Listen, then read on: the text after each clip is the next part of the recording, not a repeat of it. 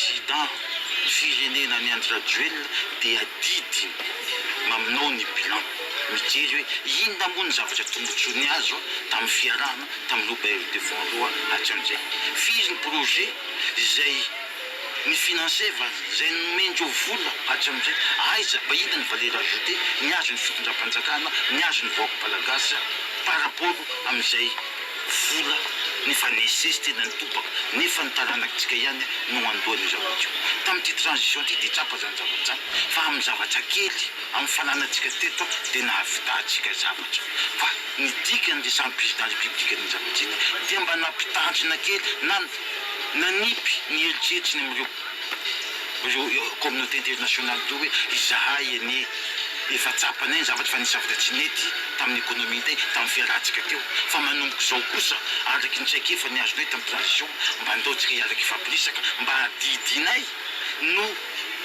miteny ny programme izay hitanay fa mety ampandeha ahatsara ny vahoaka malagasy eo aho vao tena midera niezaka sy fieritreretany président Andry Rajoelina izy nahatonga ny problème en Afrique nahatonga ny Afrique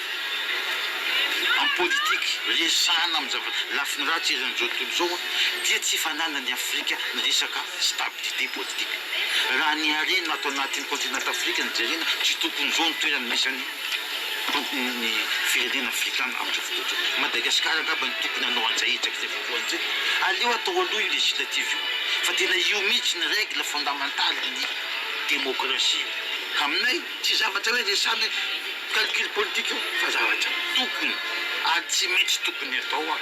ary ny pays africain na ny SADC fa tokony hatsapan'izany zavatra zany fa zavatra ahazo mahazo any Madagasikara zao ahazo an'izao président ny SADC reo ihany sy président africain ihany raha tena hoe tsy midery lavitra izy ireo ka leo soroana dia tsika gasy no anao modely amin'izay fametrahana ny démocratie zay eto amintsika ao anatin'ny fanovana izay nitakiny malagasy raha efa mandeha alohany hianana solomavambahoaka dia izay no atao hoe fifidianana demokratika zany niarahana hitany zava-nisy hatra tamin'izay fa rehefa matetika lasa alohan'ny filoam-pirenena dia misy foana ny problème satria miezaka izy mametraka le olona eo amin'ny fitondrana ary raha ohatra kosa ka rehefa miaraka io dia mbola tsy mety amintsika ka ao anatin'izay rehetrarehetra zay mety betsaka ny mety hosoka zay mety hisy eny an-dalana zava-misy zany kanefa kosa raha tena tia tandrazana marina reo mpanao politika eto amintsika tokony hanaiky zany izy ireo fa ny solomavambahoaka ny tokony hialohan'ny fifidianana rehetra maneo fisaorana asitrahana ny Andriamatoa Rajoelina zany tamin'ny fanapa-kevitra zay niraisiny ary indrindrandrindra moa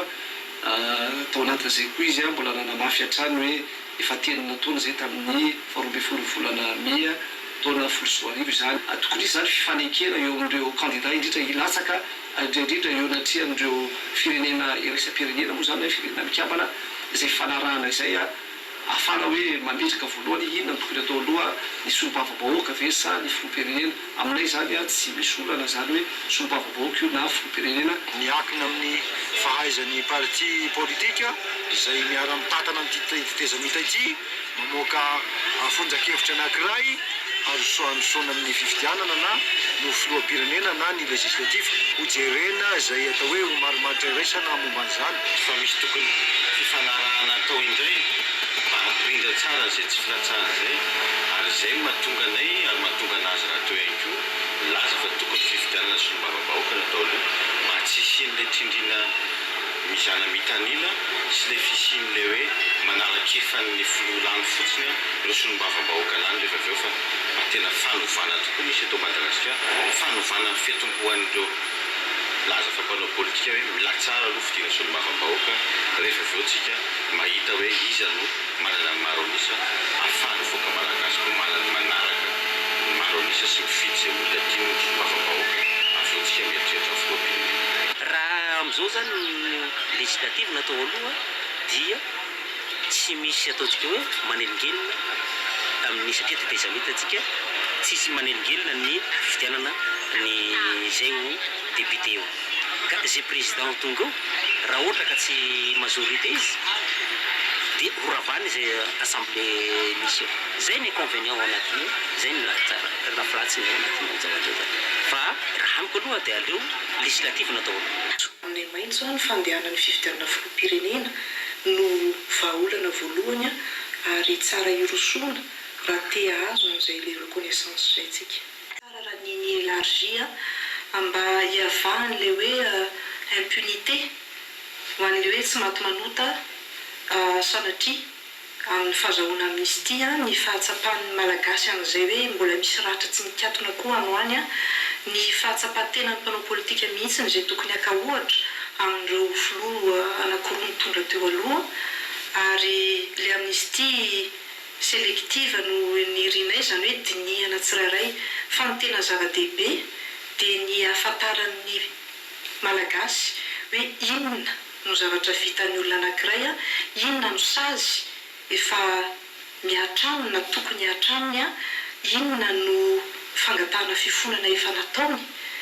ary zay tsika ngamba voatoka hoe miroso mihitsy amin'le hoe fampihavanana ka zany rehetra zany no ilana an'le enquête ary zay no mbola mahafisanay foana hoe processus anankiray tena hitondra ny amin'le fampihavanana ny fandaniantsika tsara ny lalana anaovana an'izay amnistie zay